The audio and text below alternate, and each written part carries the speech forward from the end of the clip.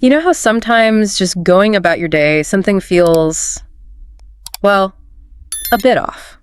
What do you mean? Like maybe getting up from a comfy chair takes a bit more oomph than it used to. Ah, okay. Or climbing even a short flight of stairs, your legs just feel heavier. Right. It's easy to just brush that off, isn't it? Totally. Just think, oh, well, I'm getting older. Standard response. But what if it's more specific? What if, like the source material we're looking at today suggests it's actually a signal? A signal about what, specifically? About your muscle strength. That's a really interesting way to frame it. Yeah. And for many people, especially, say, once they're in their mid-60s or older, those little shifts in everyday tasks, they often are the first signs of age-related muscle loss. And that is exactly what we are diving into today. We've got this fascinating source. It's a transcript from a YouTube video with Barbara O'Neill. Okay. And it really tackles this muscle loss issue head on, especially for seniors.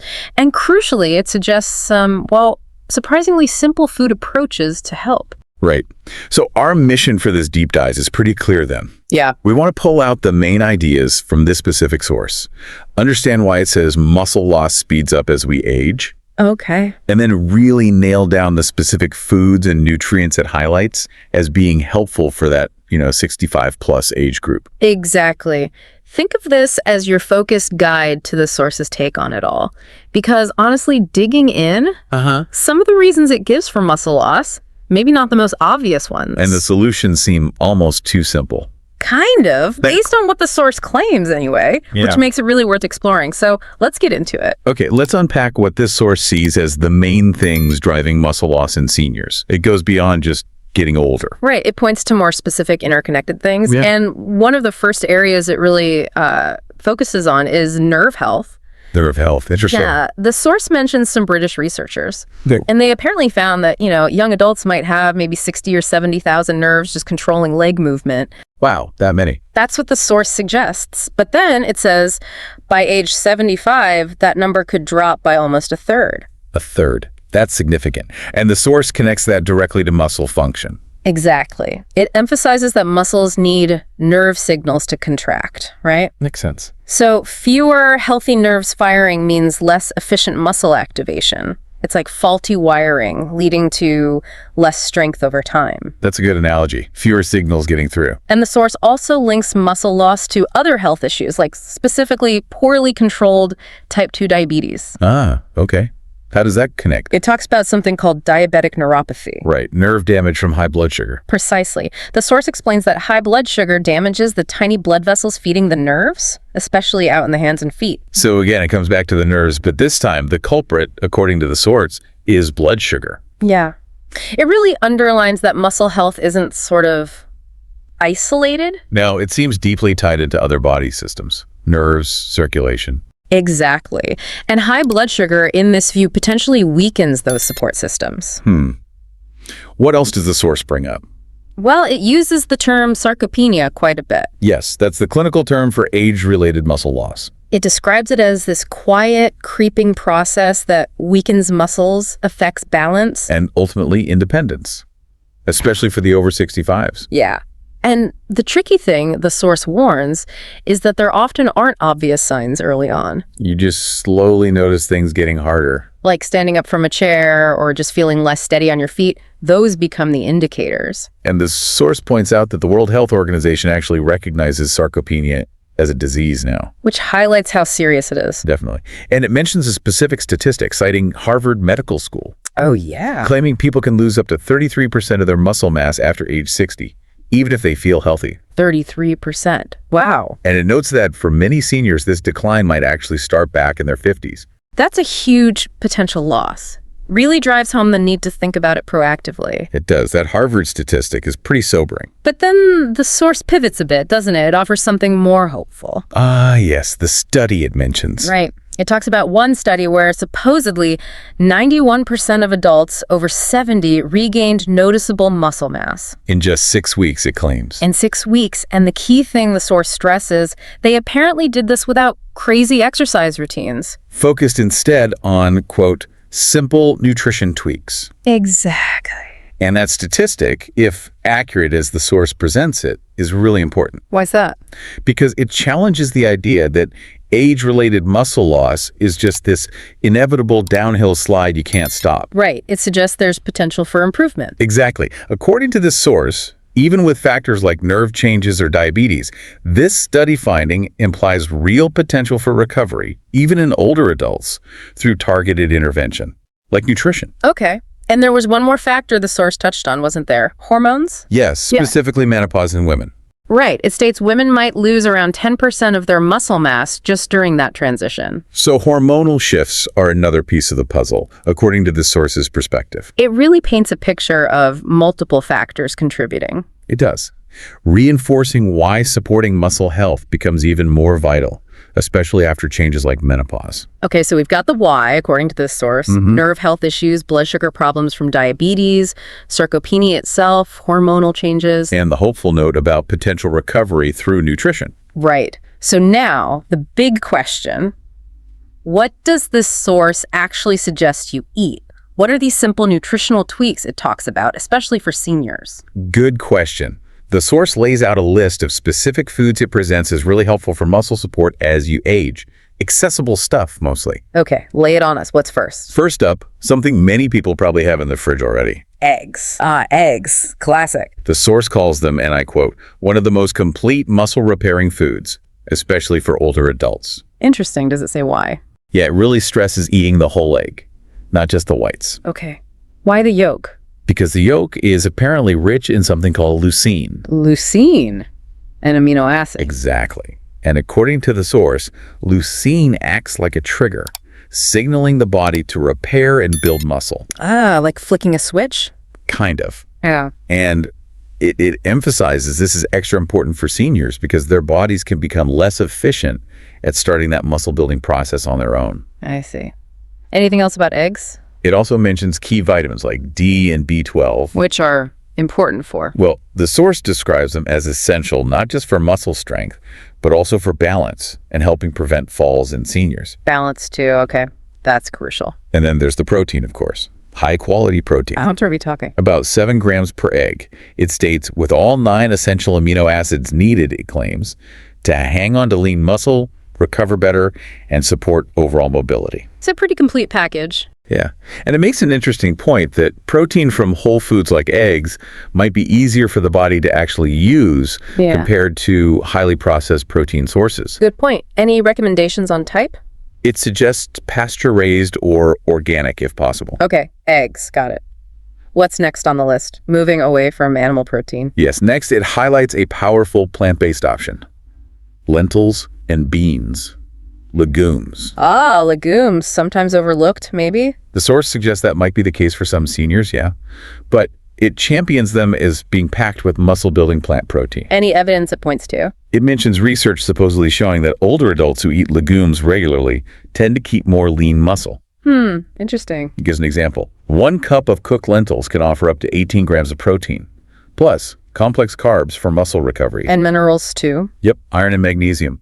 The source links these to helping muscle contraction and keeping energy levels up. That sustained energy feels important. Right, because they digest slowly, they provide steady energy, which the source suggests makes daily tasks feel less draining for seniors. How does it suggest using them? Simple ways: add them to soups, salads, stews. Just maybe avoid the overly processed canned ones with extra additives. Makes sense. Okay, legumes. What else? Then we have brown rice. Brown rice, not just a side dish. Not according to this source.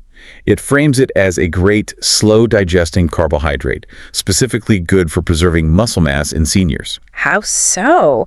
What's special about brown rice versus white? Well, unlike refined white rice, it's apparently loaded with magnesium and B vitamins. And those help with? The source says they play key roles in everything from muscle contraction to recovery after activity and just maintaining energy. It even mentions a study, right? It does, where older adults eating complex carbs like brown rice reportedly held on to more lean muscle and felt less tired compared to those on refined grains. That's compelling. The source also notes it provides some plant-based protein and amino acids for muscle repair, and crucially, its high fiber content. This is highlighted for helping control blood sugar spikes. Well, connecting back to the blood sugar point earlier. Exactly. The source suggests stable blood sugar indirectly protects muscle by keeping insulin levels more even. Any caveats? Just a note on moderation due to carbs. Maybe half to 1 cup per serving is the suggestion. Okay. Brown rice. Moving on to fats. Yes, healthy fats. Fatty fish, like salmon or mackerel. We hear about those for heart and brain health a lot. We do, but the source says many seniors might not realize they're also great for protecting muscle mass as you age. Really? What's the mechanism there, according to the source? Mainly their omega-3 fatty acids, specifically DHA and EPA. Omega-3s for muscles. Yeah, and it cites a pretty specific detail from a 2012 study. Go on. In this study, older adults took 3.36 grams of omega-3s daily for 6 months. Oh? And they reportedly saw an increase in muscle protein synthesis and even gained about 2.2 pounds of lean muscle. Without changing anything else, like diet or exercise? That's what the source claims based on that study, yeah. Wow, that's quite specific and striking, if accurate. It is. The source also points out fatty fish are naturally high in vitamin D. We heard about vitamin D with eggs. Right, and excellent high-quality protein, too, all described as essential for strength and recovery in older age. So a combination effect. It seems so. The source claims the combo of protein, vitamin D, and omega-3s helps reduce chronic inflammation. And inflammation is bad for muscles. The source identifies it as a kind of hidden cause of age-related muscle loss. I see. How often should you eat fatty fish? The general recommendation offered is 2 to 3 times a week, wild-caught if possible. Okay, fatty fish. What's next in the pantry? Something smaller, pumpkin seeds. Ah, pepitas. Exactly. The source credits their high magnesium content as being really key for muscle strength and proper function. Magnesium. We heard that with legumes, too. We did. Pumpkin seeds also have zinc, according to the source. And zinc is important because... It states, zinc supports healthy testosterone levels and cell repair, both linked by the source to maintaining healthy muscle tissue as you get older. Are magnesium and zinc deficiencies common? The source makes the point that low levels are actually quite common in older adults and can directly contribute to feeling weak or tired. So a simple fix, potentially. Seems to be the suggestion. Just sprinkle them on salads, add to oatmeal. Easy ways to get them in. Good tip. Okay, pumpkin seeds. What about plant-based proteins beyond legumes? Good question. The source discusses tofu and tempeh next. Soy products. Yes, it calls them, quote, a full-on muscle meal, and suggests many seniors might miss out, maybe thinking only meat delivers that kind of punch. Okay. What makes them so good, according to this? Well, it frames them as excellent options, noting they're staples in cultures known for longevity, like Okinawa in Japan. Right. And it strongly emphasizes that tofu and tempeh offer complete protein. Meaning? They contain all 9 essential amino acids, which, it points out, many other single-plant protein sources lack. That's a key difference. It is. And tempeh gets a special shout-out. Why tempeh? Because it provides natural probiotics through fermentation. And probiotics help with? Nutrient absorption, according to the source. So your body can supposedly make better use of the protein, minerals, etc. from the food. Makes the food work harder for you? That's the idea. Both tofu and tempeh are also described as rich in calcium, phosphorus, and isoflavones, Which help with? supporting strong bones, reducing inflammation, and promoting recovery in older adults, according to the source. Any preference between them? It suggests tempeh is firmer and adds that soy milk and edamame offer similar benefits based on their properties. Okay, good options there. More healthy fats. Yes, another one. Avocados, Love avocados. Good for more than just toast. apparently. Beyond the creamy texture, the source claims they help your body recover internally, even support skin health. But focusing on muscles, what's the connection? Here, the source gives them a slightly different but vital role. They enhance nutrient absorption. Like the probiotics in tempeh. Similar outcome, different mechanism. Avocados, being fatty, help your body absorb essential fat-soluble vitamins, A, D, E, and K. Vitamins that need fat to be absorbed. Exactly. The source stresses that without healthy fats, your body just can't efficiently grab onto or use these vitamins, which are needed for energy and tissue repair, including muscle. So eat avocados with other healthy foods. Precisely. The source calls avocados a perfect pairing food to maximize the benefit of other muscle-boosting ingredients. Clever. Okay, avocados. What else? Flax seeds. Small but powerful, the source says. Flax seeds. What's their superpower? According to the source, it's their lignans. Lignans. What are those? Plant compounds that the source says can help balance hormone levels. Connecting back to the menopause point. Exactly. It specifically notes this could be important for postmenopausal women, where lower estrogen might speed up muscle loss. Interesting. Any other benefits? Flax seeds are also claimed to support healthy blood flow. Which helps muscles how? Better delivery of oxygen and nutrients needed for repair and function. A process the source implies becomes even more critical with age. Makes sense. Anything else on flax? It mentions a study where adults adding flax seeds saw better insulin sensitivity and blood sugar control. There's that blood sugar link again. Yeah, right. Better blood sugar stability, the source argues, means fewer energy crashes and supports more consistent activity, which benefits muscles. How much and how to use them? It recommends using ground flax seed, maybe 1 to 2 tablespoons daily. Easy to mix into oatmeal smoothies, yogurt. Ground is important for absorption, right? It seems to be the implication, yeah. Okay. Flax seeds. Are we nearing the end of the list? Almost. The source reveals its absolute favorite food for muscle health last, especially for seniors. Ooh, the grand finale. What is it? Oats, good old oatmeal. Really? Just simple oats? Yep.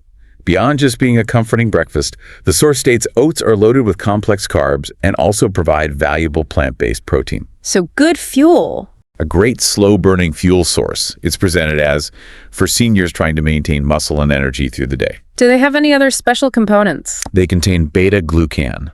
Beta-glucan. Heard of that for heart health. Right. But the source says it also supports steady blood sugar levels. Again, with the blood sugar, it seems really central in the source's view. It does seem to be a recurring theme. Stable blood sugar is linked by the source to better recovery and energy for movement, both impacting muscle. What kind of oats are best? It suggests steel-cut or rolled oats cooked simply with unsweetened milk or water. Any tips for boosting them further? Yeah, it suggests adding extra protein like Greek yogurt or protein powder, plus toppings like those seeds we mentioned, flax or pumpkin or berries, kind of combining multiple good things. Nice. Okay, so that covers the what to eat list from this source. It does, a pretty varied list. So just to recap then, based on this specific source material, we've explored why it thinks muscle loss happens. Nerve health decline, the impact of diabetes, sarcopenia, hormonal changes. But we also saw that glimmer of hope, that potential for regaining strength suggested by that study it mentioned, focusing on nutrition in older adults. Exactly. And this deep dive has really tried to distill the source's key nutritional recommendations. Right. We covered the specific foods it champions: eggs, lentils, beans, brown rice, fatty fish, pumpkin seeds, Tofu, tempeh, avocados, flax seeds, and oats. And we looked at how, according to the source, they're supposed to help. Yeah, through providing quality protein, specific amino acids like leucine, essential vitamins and minerals, omega-3s. Supporting nutrient absorption, helping balance hormones, contributing to better blood sugar control, all sorts of angles. It really hammers home the source's main point, doesn't it? Which is? That focusing on what it presents is pretty simple, accessible dietary shifts. Using these specific foods and the benefits this source attributes to them holds real potential. Potential to impact things like strength, balance, energy. And ultimately independence, especially for those 65 and over. Yeah, it makes you think. And that kind of leads us to a final thought to leave you with, building on what this source presented. Okay. When you think about how many different body systems seem connected to keeping muscle as we age, according to this source anyway. Nerves, hormones, nutrient absorption, blood sugar. Right. All these seemingly separate things. What does this interconnectedness suggest about maybe the power of more holistic approaches to well-being? Holistic meaning looking at the whole picture. Exactly. And maybe, how could focusing on something as seemingly simple as food choices ripple outwards? How might those choices impact all these other functions that, as this source suggests, ultimately tie back into maintaining strength and vitality as we get older? That's a fascinating question to ponder. How food choices might create those wider ripples. Interesting.